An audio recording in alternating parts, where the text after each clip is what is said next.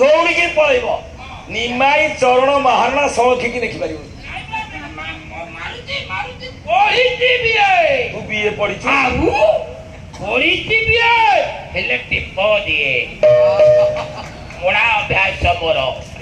କହିଲା ପଢିଛି ବିଏ କୁଆଡେ ଟିପ ଦି ଆଉ ଟିପ ଦେବା ବିଏ ପଢିଦବ ଟିପ ଦବ।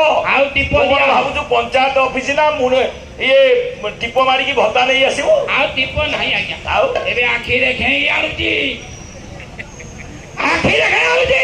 ଆଉ ଟିପ ନାହିଁ ଏବେ ଆଖି ଦେଖେଇକି ଆଣିଛୁ? ଆଖି ଦେଖେଇକି ତୁ ଆମ ଶଙ୍କରପୁରରେ ରହ ଆଖି ଦେଖେଇବୁ? ଅଣ୍ଡା ବେପାର କରିବି?